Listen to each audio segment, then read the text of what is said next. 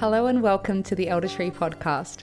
My name is Twiggy Dawn. I'm the founder of the Elder Tree and Alchemilla Herbals, and I reside on Jitterbug land here in far north Queensland. You are listening to the Herbal Education segment, where each new moon I invite a myriad of plant wisdom keepers to chat about the world of herbal education, about their passions and motivations, and their dreams for the future of herbal medicine education in Australia. This podcast is brought to you by the Elder Tree, a non-for-profit organisation whose mission is putting the medicine in the hands of the people. One of the ways that we are doing this is through this podcast. If you would like to go deeper with the podcast journey while supporting the Elder Tree for as little as $2 per week, then you can become a member of our Patreon. Thanks to all of the people and plants who have helped to make this podcast possible.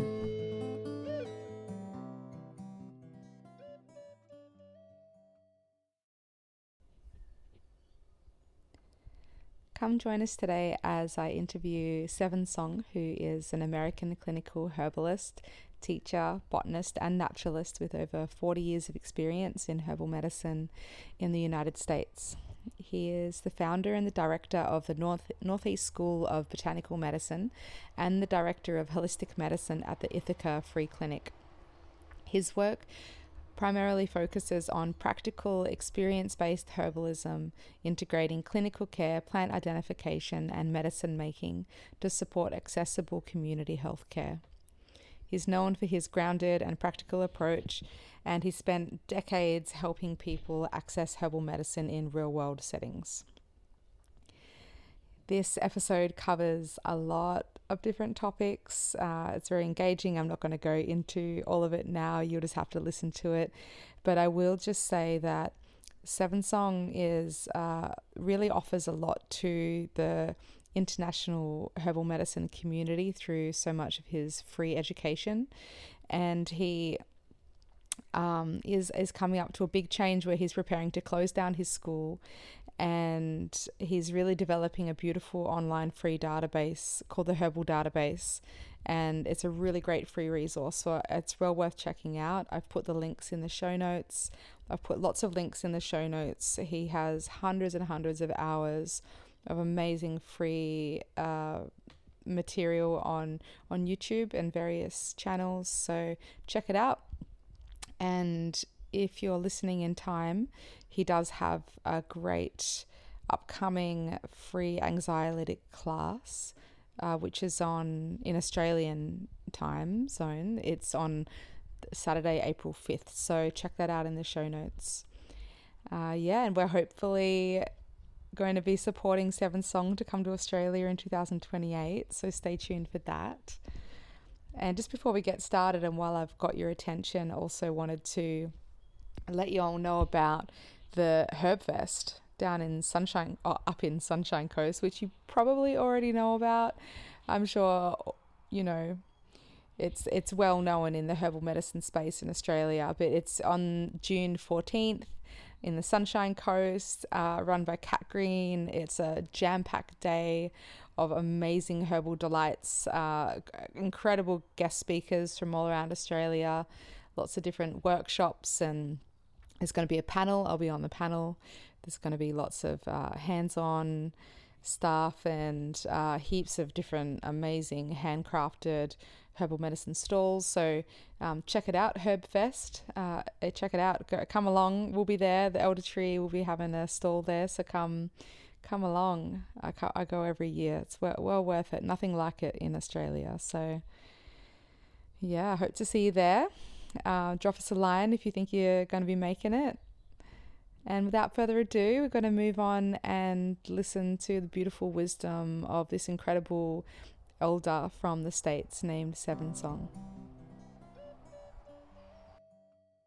Hey Seven Song, welcome to the Elder Tree podcast. It's so great to have you here today, all the way from America. Thank you. I've been following your work for many years, as has many of our listeners, I'm sure. And I'd just love to hear a bit from you and your experience as a teacher and as someone who runs a school and runs a clinic, and I'd love to hear a bit about your journey to get to where you are now, and maybe some of your teachers along the way and your education journey, if you'd like to share with us. Okay. Uh, there's many ways to answer this. The one thing I don't really know, like I think that's often asked, is like, why did I choose to become an herbalist? And I think it's hard to know like why we become the thing that we are, especially if it's not like following a parent's footsteps or something. But a few things led me here. I've always been a bit of a social justice person, going to protests and just being involved politically and within the political, not within the tight, within the political spectrum, but on the outside of the political spectrum, and helping and wanting to make change, which hasn't changed at all. Things have not turned out in ways that are help everybody pull together. And the other part of it is I just really like being in nature. And I think over the course of time, those things just join forces because herbal medicine is first, of course, it is involved in nature. It doesn't have to be, but for me, I do gather a lot of my own plants. For a long time, I've gathered most of my own medicines. Now, as I've gotten older, I also get them from other sources. And so being an herbalist means, understanding the plants around me. I'm also a botanist. And so I just like when I go out into the woods, my goal is not utilitarian. My goal is like, what plants are here? What plants don't I know? And then I'll use technical field guides to identify them, which is what I look forward to doing when I eventually make it to Australia, is to look at and photograph a lot of the lovely flora there. And then at the same time, our social medical system here in the States misses a lot of people. I mean, there's a lot of politics to get into here, which I'm not getting into depth. I think it's easy to find out. And so herbal medicine can sometimes circumvent that and help people with problems that are herbally treated. Not all things are. Most of my patients are on medications, and those medications are important to them, and I'm glad they have access to them. But then there's a lot of things that I think I'm not answering your question that well, but I'll go on a little bit longer.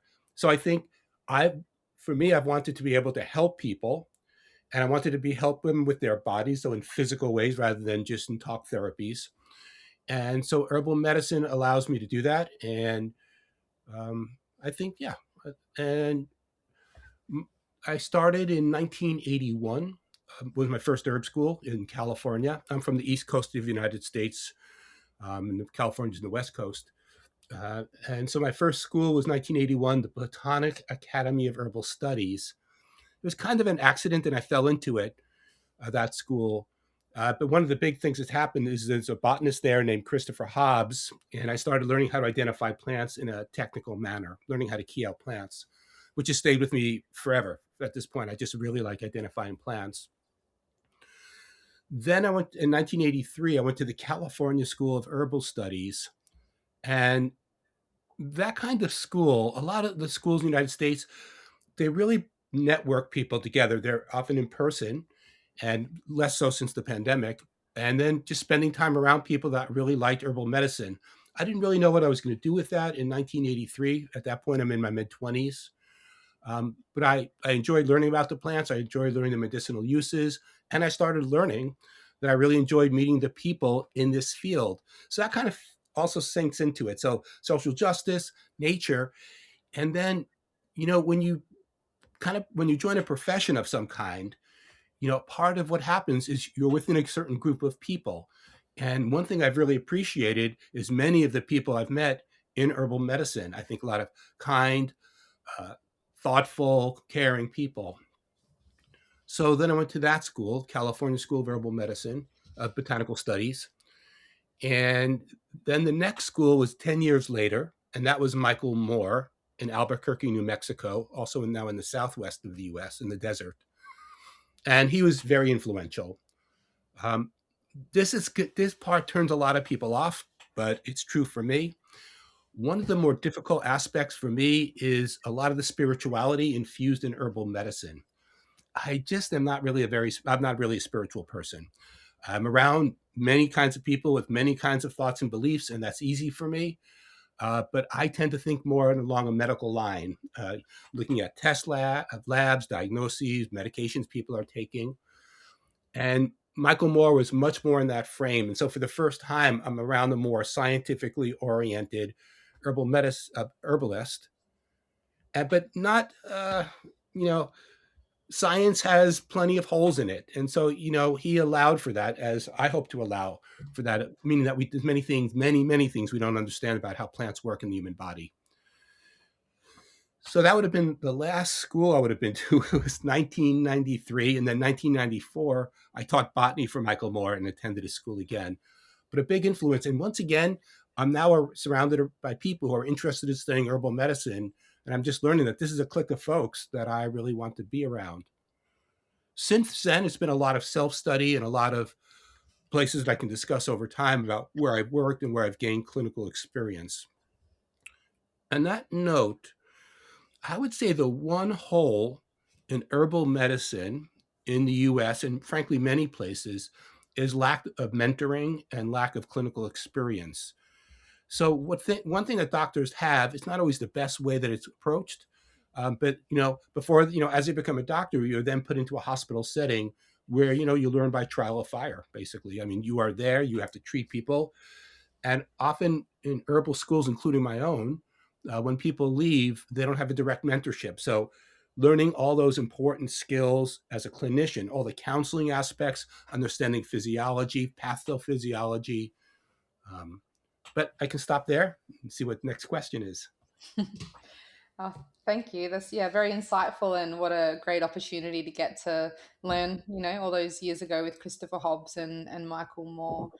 And yeah, so what was the spark for you that led you to form the Northeast School of Botanical Medicine? Like, why did you want to create this school, and why does it stand out? Uh, I think part of it is I taught at other schools and I wanted to have my own set of rules and boundaries in my school. I tend to swear a little more than other people and didn't want to have like boundaries in which I mean, boundaries, there's many boundaries that are very necessary for a teacher and their students. But on the other hand, I wanted to have free range of exploring my ideas with people and then also just learning. It's interesting. So I'm a high school dropout. I actually didn't make it into my 10th year. So around 15 years old, I left public school and never went back because I do very poorly in those kind of academic situations. I'm not a good test taker. Um, I'm not good like sitting still for that amount of time. And so I think anybody who knew me back then would be pretty surprised to find that what I eventually became as a teacher and director of a small herb school. But it makes sense to me because, so in my school, we don't have tests. There's lots of ways that lots of ways that I do pop quizzes and try to help people understand herbal medicine better. But as opposed to, having to get certain things right in order to move to the next step. So I don't really know if it's a special school, but it's definitely something formed from my vision of a school. There's always been ways to make improvements, both in the physical environment and more teaching time and different teachers. But I mean, it is a very learning experience to be a teacher in your own school, and I mean, it's continual growth every year. So I started it in 1992, my first year running the school. I've run it most years since 1992, and hopefully I've learned to become a better person. I think that's really one of my goals, as well as a better herbalist. Yeah, wonderful. Yeah, it's interesting to hear your journey as well around being a high school dropout, as you put it. I was also the same. I left at the age of 15. And Oh, I think I surprised a lot of people when I enrolled in the health science degree to become a okay. herbalist, which, at that time, yeah, I was informed that was the only way that you could study herbalism is to do the degree. And so in Australia, as we were talking about before this interview, when we're having that discussion, we in Australia we only have like the kind of institutionalized herbal medicine, as I sometimes call it. Like, we just have like the very clinical, academic, scholarly kind of herbal medicine training in Australia, like in a university setting, and we don't have any smaller grassroots herbal medicine schools currently. And so, yeah, you've been blessed with the opportunity to have all these people like Christopher Hobbs and Micheal Moore, and to be able to create your own school. And yeah, I know there's just many different kind of more grassroots on varying levels of there's all different shades and tones of herbal medicine schools over there. But uh, I know that in Australia, we kind of have a bit of a limited perspective because we only know what we know, or we only know what we see. So would you share a little bit with us about like the different kinds of schools that are available in America, like the different kinds of learning environments there are to study herbalism? I can. One thing I do that I want to mention is one of the problems. I mentioned it for other people, but after I started studying herbal medicine, I couldn't find a mentor. Mm. So that's one of the things that I hope, that some of the schools have clinical programs, but I do an apprenticeship where I have four people throughout the year who work with me in the free clinic. And we can come back to that. But for me, that's often where a lot of learning happens, watching a more experienced herbalist interact with patients. Yeah. The United States there's only two schools that offer degrees. One's a master's, and I forget what the other is. The problem with herbal medicine here, is there's very few opportunities to make money afterwards. Out of all the herb schools, it's really a pretty small portion of those students that go on to actually make a livelihood. And the majority of the people that do make a livelihood do it as teachers by far. That's the most common way. So that means if you go to a school and spend a lot of money to become an herbalist, often you're still going to have a more difficult time making a livelihood. So, like, one advantage is most of the herb schools are not very expensive because they're not that involved. They're not in higher institutions where you have a lot more administration. Um, so you have schools. I'd say the two biggest differences in schools, again, two have degrees, then the rest of them I can put into two categories. One of them is where you have one or two main teachers, like my school, and the other is where you have an array of teachers. And so they both have their advantages and disadvantages. Again, though, they're usually not in formal environments. And so they might be in a building with a room, but as opposed to like a college campus. Like, sometimes when people call me up about my school, they ask about like where the dorms are, which of course there are not. It's a small schoolhouse. And before the pandemic, the school was just in my home. So the advantages of one group is when you have a school that has multiple teachers, you get multiple points of view, which is very helpful. You just know, because pretty much no two herbalists agree on lots of things, frankly.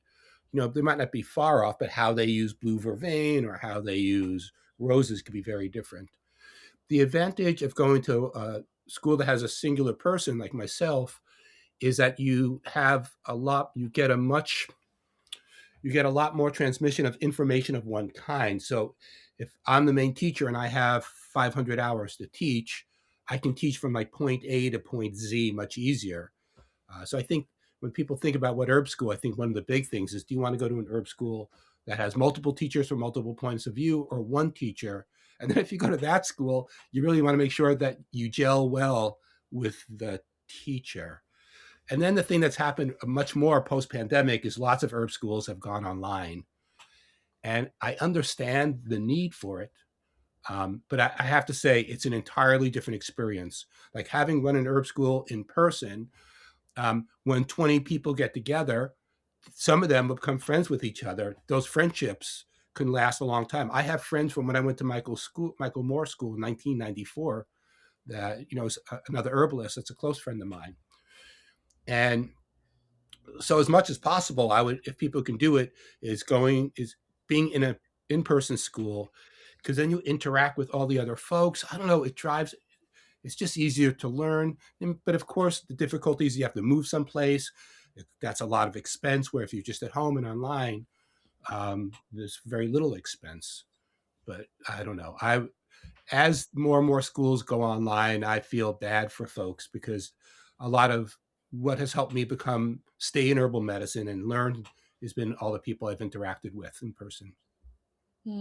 Absolutely, yeah, I agree. It seems strange to learn about herbalism through a computer or a book when the plants are in the earth, and when you have an in-person classroom, you can bring the plants into the classroom and have a sensory engagement. You can taste the preparations and actually, like, yeah, meet the plants and have yeah, it's a totally different kind of thing. But at the same time, I suppose people moving online has made it more accessible nationally and internationally. I mean, I know that you're an in person teacher, but I've also been very grateful for all of your online content, especially all of your street medic and first aid. And first aid kit kind of content that you've put up. You've put up hundreds, maybe, I don't know how many hundreds of hours you've put up online as free, amazing content that I share regularly with my students to supplement, Thank you. their kind of in classroom learning environment. Go on and watch all of this and listen to all of this. So, yeah, thank you for still making online content, which then makes it available worldwide. It's a really beautiful thing to Thank do. you.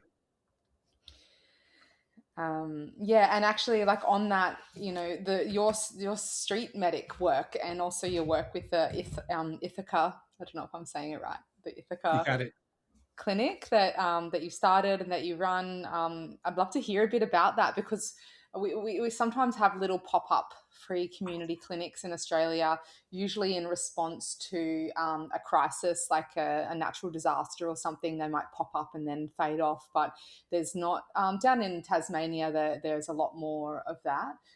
But on the mainland, we don't really see much free clinics. I know that Kerry Oakes recently came over to America as part of her PhD and visited you, and she was kind of going around different places in the world and looking at, free clinic models. But yeah, I'd like to just hear a little bit about your journey. I suppose there's two different things I'm talking about, because the street medic work is different, isn't it? To the It is. Ithaca. So maybe we'll start with just talking about, yeah, your free clinic with Ithaca, and whatever you feel to share about that journey. Sure. So it's important to know that it's not my free clinic. I am one of the founders, but there was like 15 of us founders. Oh, And if I left the clinic, it would continue fine. It would not have an herbalist, but I'm just a volunteer. I'm not just, I'm a voice there, but it's like, I don't do any of the running the day to day. I don't do administration. I basically just act as a clinical herbalist. So 20 years ago, so of course, one of the biggest problems, right, is the United States has a pay for medical system. There are national health programs, like I'm over 65. And so I do get something called Medicare, which doesn't cost that much money, which does provide a reasonable amount of health care. But for many, for lots of people, there's no safety net here. So I think the United States has more free clinics than most countries. Like Canada has a national healthcare program, the UK, and so we don't. We don't. I mean, yeah, we don't have. We have a very pay for service oriented model here. So about 20 years ago. What's today? 20 years ago and 2 months and 2 days. So January 26th, 2006, we opened the free clinic. We had about a year and a half of meetings. I joined the meetings about 6 months into people meeting, and we just discussed what it would be like to have a free clinic. One of our main goals was like, what do people want? Like, what, not what services do we have to offer, but what are the services that people want? So we tried. It's an integrated free clinic. We have medical personnel, we have doctors, physician assistants, just depends on what day it is. We have chiropractic help free, it's all free on Tuesdays. We have physical therapy on Tuesday evenings. We've had until like 2 months ago, we had an acupuncturist once a week. And I've been providing the herbal services. There's been other people, but it's mostly been me for the past 20 years.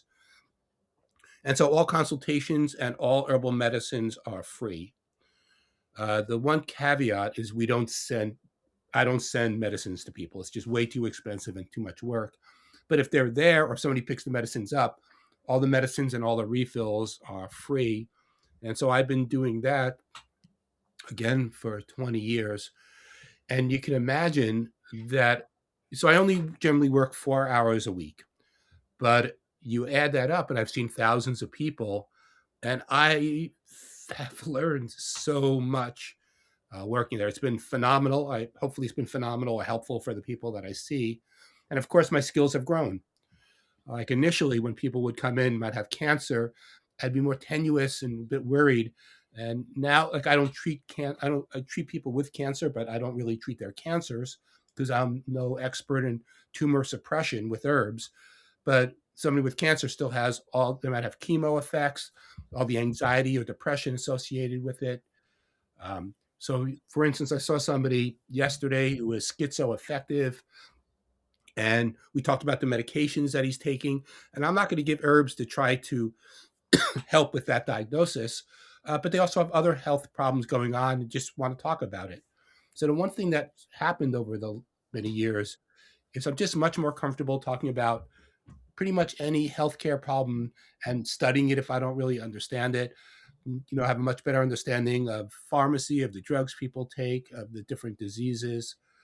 Uh, it's I To put it really differently, I am so freaking glad to live in this town that this started. Like I have no skills in starting a free clinic. It never would have happened with me.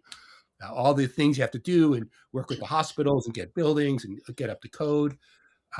But it started, and I joined, in the beginning, and so we're one of the few clinics free. We're one of the few integrated free clinics in the U.S.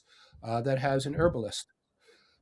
Recently, we started going to a place that feeds folks and just talking to individuals. So we just set up a table at a place called Loaves and Fishes, and if anybody wants to come over and talk about herbs or their health, really, we can. And then we can set up an appointment at the free clinic. Um, and the other thing I very recently started is working with a harm reduction clinic here in Ithaca. Here's, I know I'm talkative. Here, I have spent most of my life now, since about 24, 25 years old. I'm 68, studying herbal medicine. I want to use that knowledge. Like I have spent so much time involved in this somewhat antiquated but very beneficial form of medicine. And as I'm getting older and probably will stop my school in a few years, I mean, I will stop my school in a few years. I just want to help as many folks as I can with all the information that I've gained, as well as teaching it. So that's the free. You can look it up, Ithaca Free Clinic. It's under ithacahealth.org. I think we have a pretty good model. We've sustained ourselves this long. Um, Hopefully, we go another 20 years. Hopefully, I work there for another 20 years. Oh, wonderful. Thank you for sharing about that. I And could to talk all of about this for our, hours. yeah, yeah, it's really interesting. And also, just for our listeners, I'll put that link that Seven Song just mentioned. I'll put that in the show notes so you can find that Ithaca Health dot And we org. do we and we do telehealth. Again, we don't send herbs. We definitely don't send herbs to Australia. Probably like $40 for a 1 ounce or 30 ml bottle. But I would make recommendations if people, so anywhere people wanted to set up telehealth, but they would contact a free clinic and set it up through there.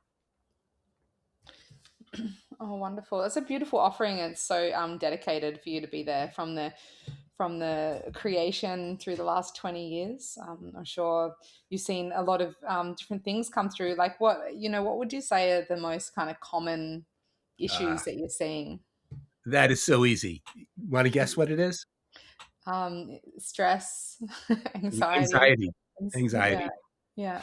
Because anxiety accompanies everything else. I mean, Hmm. depression as well, but I don't know if we live in more. People have been anxious ever since I remember, ever since I learned the anxiety word, meaning, when I was quite young. But it hasn't, it doesn't get better. And I would say in the United States, anxiety might be on the rise because of political stuff and economic stuff. So, Yeah, I'm definitely personally noticing it a lot more on the rise since the pandemic. And yeah, and it's such a great thing to kind of target to treat, like you were saying, that people with cancer, you know, just like helping them with their anxiety, or anyone, like, because when people are feeling calm, their bodies can kind of be more in a yeah. restorative space, so they're not they're not in that fight or flight and shutting down, a lot of the functions in their body. So having people feeling safe and calm is a great starting point to then be able to treat other things anyway, and would probably avoid a lot of health issues as well. Feeling safe. I mean, I'm a Jew, and seeing what happened to Mm. Bunday, I'm not sure how to pronounce that beach, just is like, woof, that doesn't relax one. Yeah. Yeah, it's a big time of uncertainty, and there's a lot going on, a lot of reasons to be feeling unsafe. So you definitely don't want to, in a way, like shut down a natural body's response to like potential danger or threat.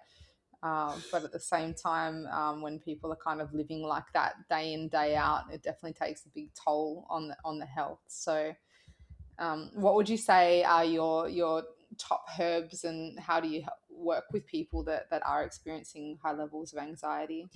I can say at first I want to say something like I mentioned what happened on the beach there, but I mean, United States, we are the king of mass murderers here, I think, unfortunately. So Mm, I brought in Australia. I don't want to deny the fact that, you know, about how often these things happen here in the States.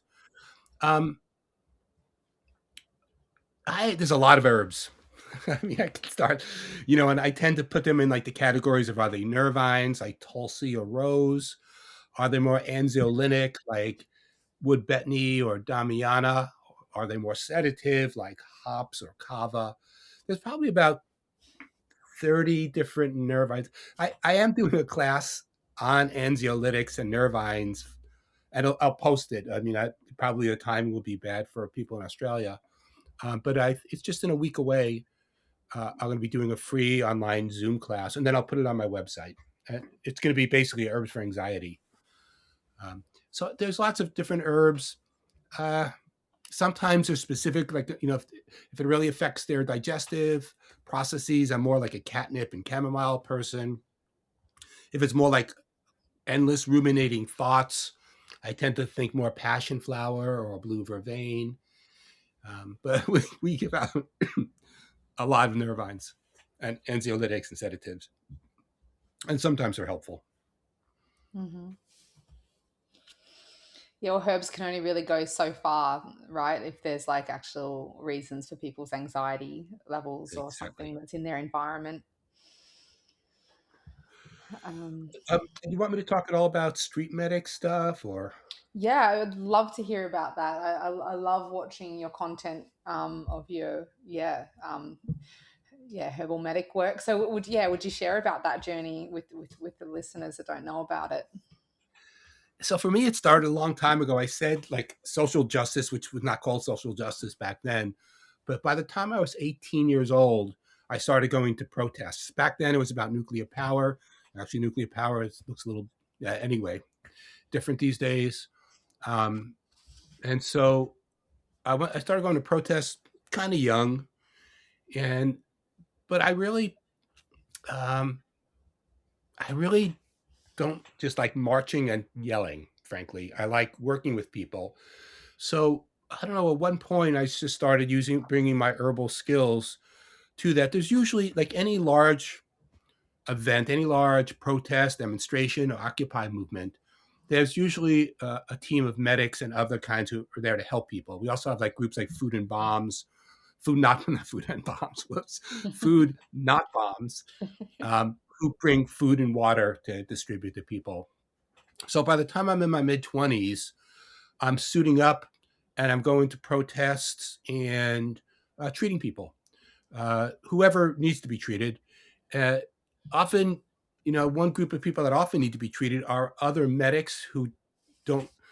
Well, this gets a little complicated. So many people who go to help out and do street medic work have never really done any kind of medical stuff. They go for a training and then they learn basic street medic work, or just like street medicine. Street medic is actually a higher level. And so a lot of the people that come to help out, they need help because they're not meeting their dietary needs. They're not sleeping well. They're anxious. They hurt themselves running from situations.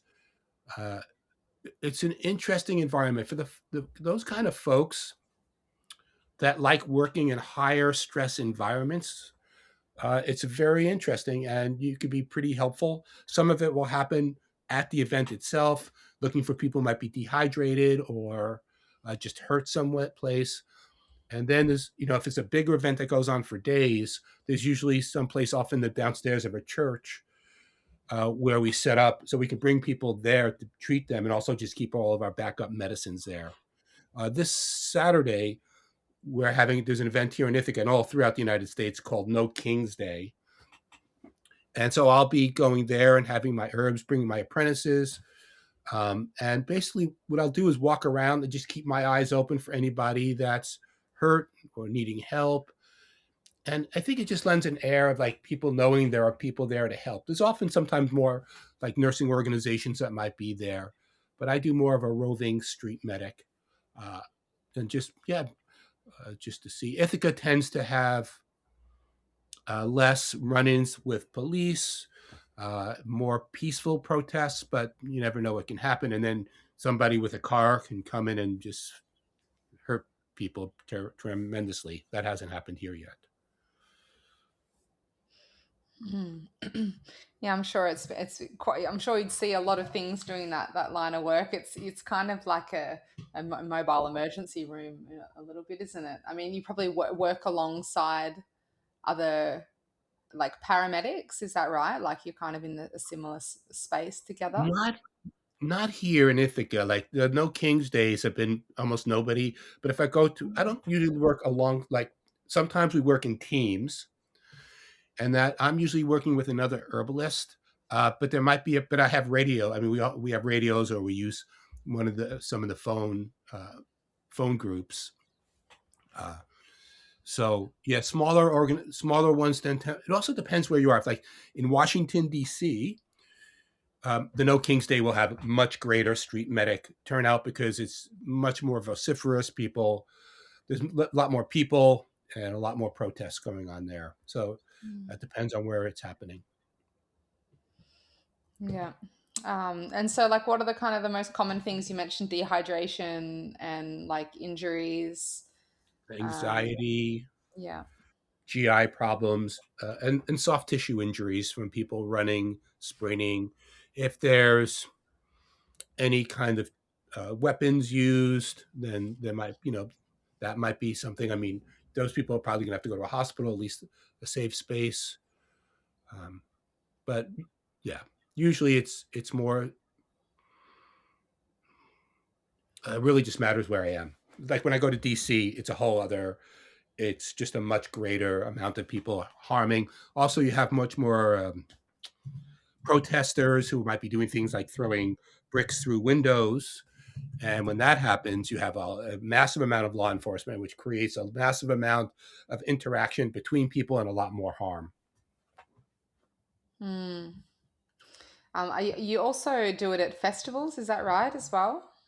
So there's something called a rainbow gathering in the United States, and it's festival. Probably is not exactly the word. It takes place off the grid in a national forest. I've been doing it for about 43 years, and it's just entirely free. There's kitchens set up. In the early days, it'd be like 15,000 people, and we would see about 800 people a week.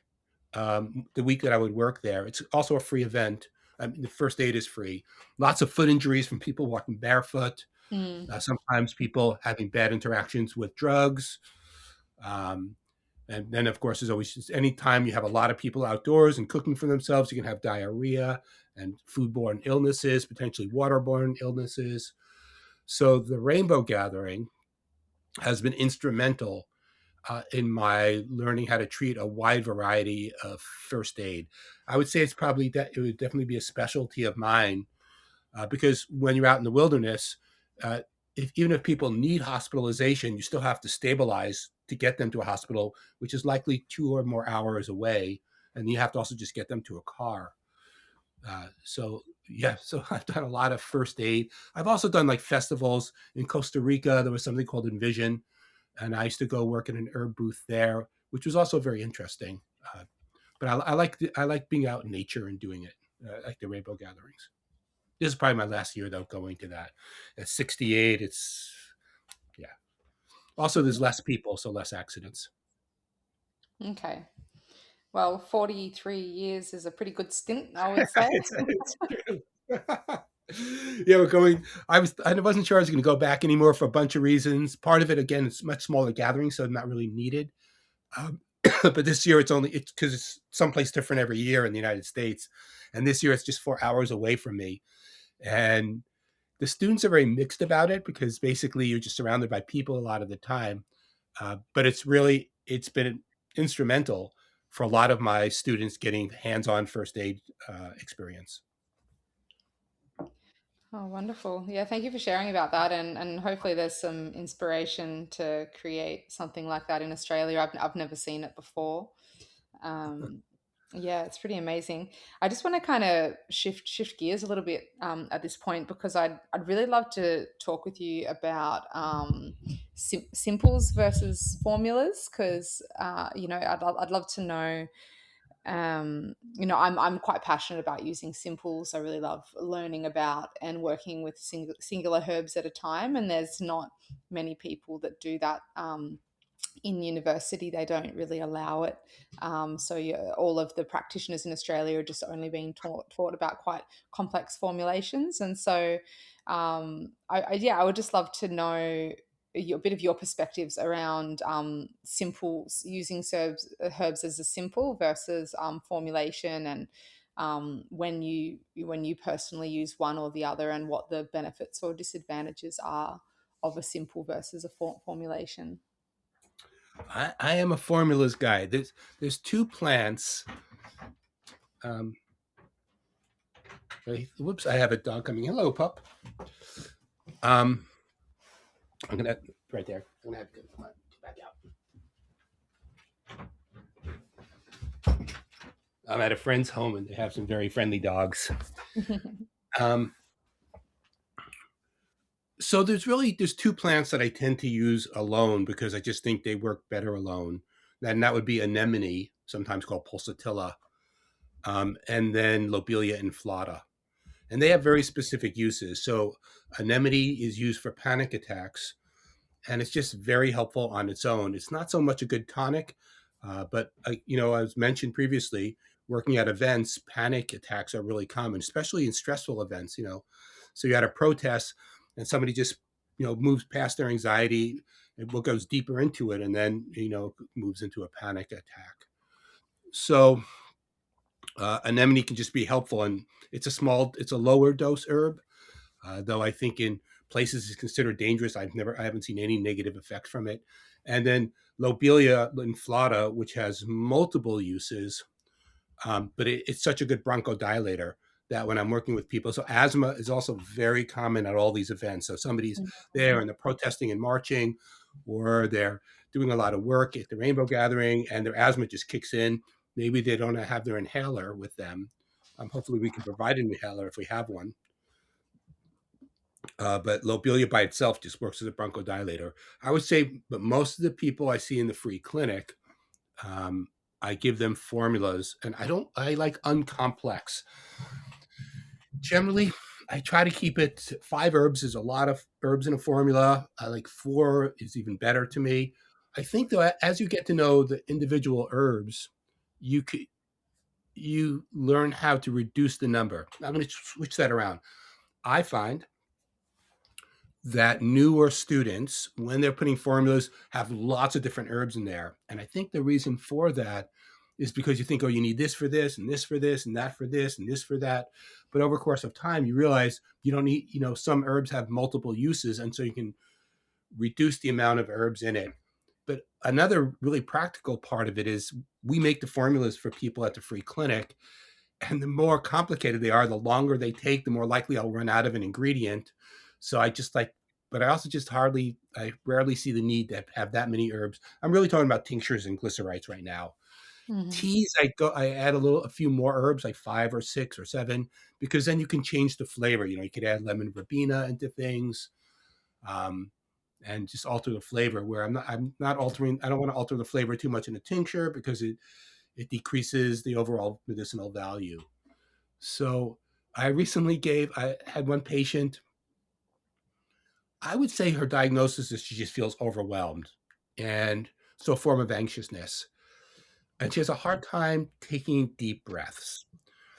And so I gave her just rose glycerite by itself.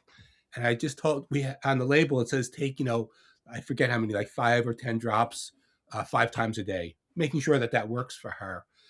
And in this case, so it's really working, as much as a placebo value, which I mentioned to her. I mean, there's no reason not to say that. So, 5 times a day, she'll take a few drops of this and just take a few moments to maybe bring herself down from a generally heightened state.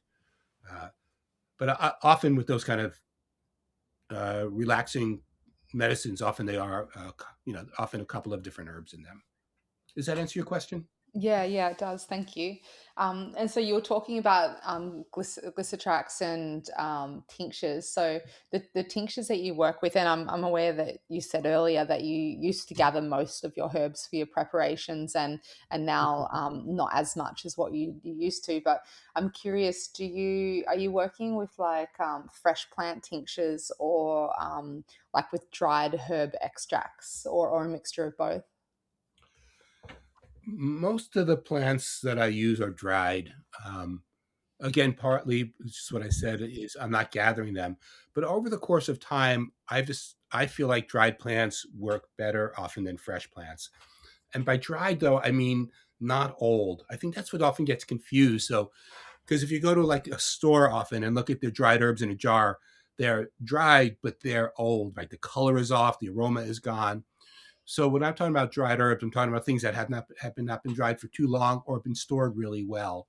Because once you take the water out of the plant, it's easier to concentrate the medicinal qualities with alcohol or glycerin. When there's a lot of water in the plant, you're just struggling for like a diffusion or osmosis process to get those constituents from the plant into your menstruum. There's a few plants, like I mentioned, the anemone. I just find that that plant works much better fresh, but I don't really have that long a list of plants that I think are better fresh. Again, though, dried means high quality dried. Thank you. Yeah, it's good. It's good to know because yeah, fresh plant tinctures aren't really very all that popular in Australia, and but generally, most of what's being dispensed in Australia and most of what's available in the shops is, when I say most, it's like 90, at least 95% of what's being dispensed and what's being sold in shops as well has been imported. So we're working with Right. like imported herbs here that have gone through, a lot of it's gone through like fumigation and irradiation Oh, and yeah. gosh knows what it's been through and where it's come from for the most part. And when we learned about herbs in uni, they were bringing in these kind of dried herbs that were just brown and yellow and lifeless and no vitality and potency. And so I know in America there are a lot more herb farms than what there are in Australia, and there's also a lot more wild crafting Oh, yeah. in America compared to Australia, for various reasons. And So kind of weird reasons. No, I have to say one thing that's great and really positive. Great might be a too big a word. Is that there's really phenomenal quality dried herbs, that are readily available. They're expensive, um, but the shipping's also, once you start shipping stuff, the price just goes up so much. And since it's mostly being shipped within the United States, it's expensive, but not nearly as expensive. Like right now, because of the tariffs, people who want herbs in Canada are just having a lot of them herbs come from the States to Canada. It's been really hard for my Canadian herbal friends to get herbs mhm. across the borders. Yeah, right, okay. Yeah, so I mean, like, how important do you think it is for practitioners to work with herbs that grow in their local ecosystem, whether that's native or non-native? Um, I don't, I don't think it's that. It's nice. I don't think it's really that necessary. I feel like there's like a kind of vitalist strain of herbal medicine, which is, bioregional and fresh. And I've mentioned, I think, even when I gather plants, like if I gather I don't know, yellow dock root, I still often dry it before making medicines, again for better extraction purposes. Um, no, I think as long as you understand the plants, it's just nice. I mean, one of the beautiful aspects of herbal medicine is our relationship with plants. For me, it's fundamental. mhm. And So I don't think it's necessary, but I am glad that I'm an herbalist who gets dirty some of the time. And, spring is just starting to happen here. So I need to gather like the most obnoxious weed we have, which is Japanese knotweed. Oh Um, yeah. and really, oof, it is horrible as a weed, but it's just an amazing anti-inflammatory. And one thing that we have very commonly around here is Lyme disease. And one of the most common sequelae of Lyme disease is inflammation in the joints. And uh, Japanese knotweed is one of the herbs that's really helpful there. Yeah, well, often the medicine we need is just right under our noses, isn't it? I don't know if I don't mean to be disagreeable, but No, I'm no, not no, really please sure. do. You don't have to agree with me on anything. Well, Good to most hear. of the things I do, um, no, I think I'm not really sure. I mean, a lot of the herbs I use grow all over the United States, and then I use things like cinnamon. Uh, I'm not really sure what herbs come from. I mean, a lot of herbs come from other countries if you get them from bigger distributors, like even chamomile, which could be grown here, is often I think from Hungary or somewhere. Mm. Um, but no, I don't. If you're going to try to live the simple life and be like the village herbalist and just really kind of maintain that, then yes, I think, it's important. I'm looking out the window here. We have some black birch growing and some oak. So right away I see, two useful medicines. Mhm. Yeah, we're blessed to live in a time where medicines can move around and the trade routes are open, and we can have access to high quality chamomile from Hungary, or because where I live is in the subtropical climate, so good luck growing high potency chamomile here. You're not going to have that, but we could grow a lot of the Ayurvedic herbs, or yeah, subtropical herbs we can grow really well, but we do rely on, if we want the more temperate climate, we've got to bring it in from other places. So yeah, we're blessed to have access to that, really. So yeah, I'd love to. Can you still hear me? I'm not sure if I just Yeah, dropped I out. can. I'm sorry. Yeah, I'm listening. Oh, good.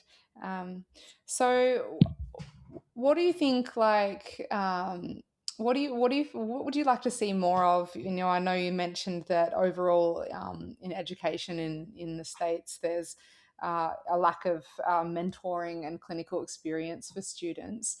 What else would if you could kind of paint the perfect educational environments and perfect future for herbal education, what do you feel like would be great to see more environments emerging or opportunities made available?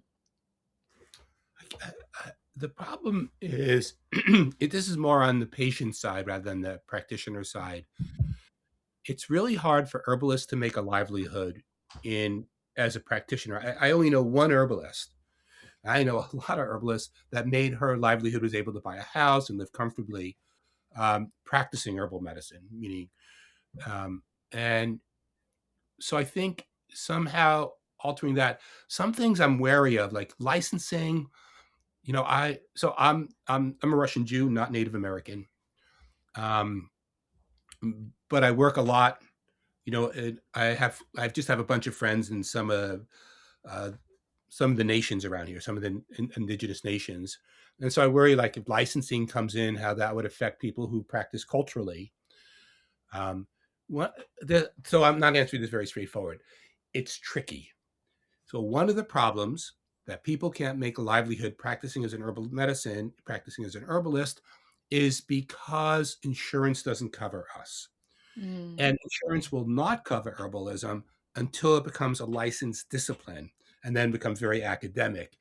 And once that happens, it will become much more exclusive, right? Not just for indigenous folks, but for anybody who can't afford to go to school, doesn't have the time to go to school. So I don't really know. That's none of a problem there. Is like, how do we make it affordable, basically, and how people make a practice while keeping it open. The other problem, of course, is that a lot of people who practice herbal medicine make big promises and don't have clinical experience and don't realize human health is tricky, right? It is. It comes and goes. Sometimes you're healthy, sometimes you're not healthy. Lots of people have chronic healthcare problems that are very difficult to solve. And I don't really know what to do about that. Like, I like village herbalism, kitchen herbalism, and neighborhood herbalism. But sometimes I read things that people say, and I think like, no, you're not gonna stop somebody's multiple sclerosis with herbs. Fortunately, we now have biologic drugs that are often too expensive, but that actually stop the progression of multiple sclerosis. And then herbs help support the person. And so I feel like a lot of times, one thing that's problematic is these bold promises about what herbal medicine can do for people. And the antagonism of herbalists against medicine is problematic. Like our medical system in the United States is terrible. It's just terrible. But the medicine is often valuable, right? I mean, I just many of the people I'm around, many of my patients are alive due to pharmaceuticals. And so I think I think our antagonism, I understand the antagonism, right? The reason that herbalists are antagonized because first, most of us have been in the medical system and been depersonalized through that system. Often medical people put down herbal medicine and want data that doesn't exist. Um, but I think we have to be open to working with people on medications and not making those people on medications feel bad about being on medication, right? I think Mm. we have to support people in all the ways. I mean, it's interesting because often people will support people for taking illicit drugs, but not licit drugs, right? Because of, I don't know, for lots of psychological reasons. Yeah, I just think we have to be supportive of where people are at. So I think that's something, but that's happening more and more. I would say when I first started studying herbal medicine, there was an us versus them mentality. Mm. Uh, that's changed. Also, I work with doctors, and they don't they don't embrace herbal medicine, but they see that I how I practice. This is a lot of ego stuff, I think, here. Another part of it is I think all herbalists have to know warning signs, right? I think like that's the thing that most medical people worry about us is that we're going to miss like when somebody's having really heart, when their heart needs to be checked out in a more formal environment, when their blood sugar is changing. So I think that we need to know some basic numbers. We have to have we have to know warning signs to when people should be seeking medical care, helping people feel comfortable on the medications they're on when they're necessary. So I think that's it. I think we're in a general the state we're moving that way here um, because we're getting older and seeing the value in the combination of medications, conventional medications, and herbal medicine together. That's a very long-winded. No, it's great. Yeah, I think it's a really important conversation, really, and it's true. There's a lot of kind of them and us mentality or antagonism from practitioners versus modern medical system practitioners, and vice versa. There can be just a lot of judgment, Right. and then for the people that are needing healthcare, they often feel like they need to choose one or the other. They're going to choose either mainstream or alternative or something, and it's but when they can see more spaces where we're all working together, then they can actually just like choose what's actually really needed for them in the moment and be hopefully supported in that. And when you have places like the Ithaca like integrative clinic, when you do have like doctors working alongside herbalists and other modalities, then that's wonderful, and then people can see that. Be nice to talk a little bit about what your current and future offerings are, that are coming up. Like you mentioned that you have like um, you have the online about the anxiolytics and herbs for mental well-being, coming up as a free class online, which I will put in the show notes for the listeners. But what else is on the cards? Like you've mentioned that the Northeast School of Botanical Medicine is going to be closing down in the next few years, and that you're going to be stepping back from some of the street medic work, and obviously there's changes in the air. So just for the listeners, like how can people engage with you, especially from Australia? How can we engage with you, and what's coming up in the coming year or more? Well, first in 2028, which is a few years away, I'm hoping to be teaching in Australia, probably Woo. during April and May. So, Tatiana maybe can help set me up. So that'll be my first time there. So that's far away but close to home. Um, I I mean, if you go to YouTube and type Seven Song Herbalist, there's a bunch of videos that I've done. Some better, they get better with time, get more comfortable with that. I think mostly what I'll be doing is reaching out. So a lot of it is really is community oriented. A lot of it is working in drop in shelters here in Ithaca and free clinic work. Um, I am active on Facebook and Instagram. So if you're like old people's social media, like I do, um, I write like last night. I wrote about headaches, herbs for headaches. I mix it up. I write about myself sometimes because I'm that kind of person, I guess, um, and also you write about herbs and I think other things. Um, so those are two social media outlets that I'm pretty active in, very active in. I'm not really sure what else. Bunch of podcasts, but I don't start to. I just answer questions on podcasts. Yeah, I think so. Yes, one more thing at least. So there's the thing that I'm hoping to do the most, or I am working on, is an herbal database. And so if you go to my website, sevensong.com, you'll see along the top row that there's an herbal database. And I want to put as much of the clinical experience that I have in that database. It also has I'm a photographer, so it has lots and lots and lots of photos of plants and some friends of mine, um, and a lot of basic information, botany information. But really, the goal of the herbal database, at least the reason I set it up, is sometimes I'm at the clinic and somebody says they have a certain kind of headache, and I'm like, what other herbs are there? Because I just go over the same herbs that I'm used to in my head. And so it's just very searchable. So if I go to the search bar, I can put headaches, or I can go into different groups, and then and you can jump from like from headaches to specific herbs, specific kinds of headaches. So I really would love people to take advantage. It's free of the herbal database. You can leave donations, but absolutely not necessary.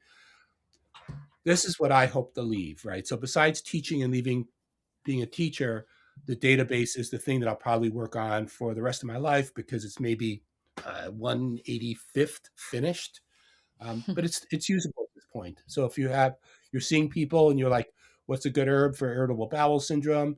It's not going to give very detailed information. It's not going to give footnotes, but I think it will just lead you to a bunch of herbs that I think are potentially useful, for instance, for something like IBS.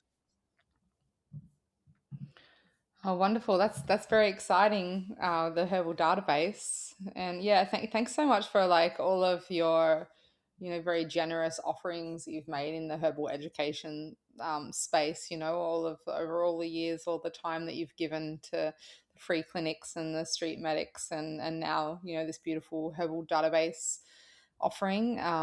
Yeah, you're a very, very generous person. And I also feel really blessed to live in a day and age where, all this information can travel on the digital waves across the ocean and we get to, get to appreciate it all the way over here in Australia.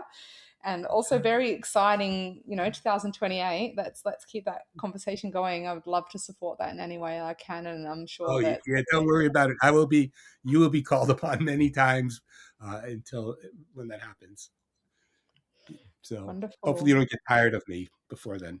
Oh, absolutely not. I couldn't imagine. I just sponging it all up, It's my only remorse is that we kind of try to keep these episodes to about an hour length, but yeah, could definitely I would love to have the opportunity to learn more from you, and I'm sure that a lot of people in Australia would. So I'm looking forward to that. But thanks so much for joining me here on the show today, Seven Sure. Song, taking the time out of your day to be with us here. Anything for an Australian accent. Thank you. Wonderful. Thanks very much. Have a wonderful evening. Sure. And just to point, I'll stay online and to make sure this stays uploaded to Yeah. finish. Thank you. Sure. Thank you so much for listening to the Herbal Education segment of the Elder Tree podcast. Stay tuned every new moon as I interview more wise and inspiring herbal educators and herbal law keepers from around Australia. If you would like to go deeper with the podcast journey, you can become a member of the Elder Tree Trove on Patreon. Contribute as little as $2 per week to access free content from our interviewees and also access discount codes and opportunities which are exclusive to our members. You can find us on Patreon by going to www.patreon.com/theeldertree. Other ways that you can assist us in getting our offerings out there to more people in Australia is by subscribing and leaving a review on Apple Podcasts and on the Spotify app. Also, liking, commenting on and sharing our social media posts actually has a really positive impact and helps us to reach further with the message from all of the amazing herbal law keepers that we interview on this podcast. Thank you so much for your support and have a most wonderful day.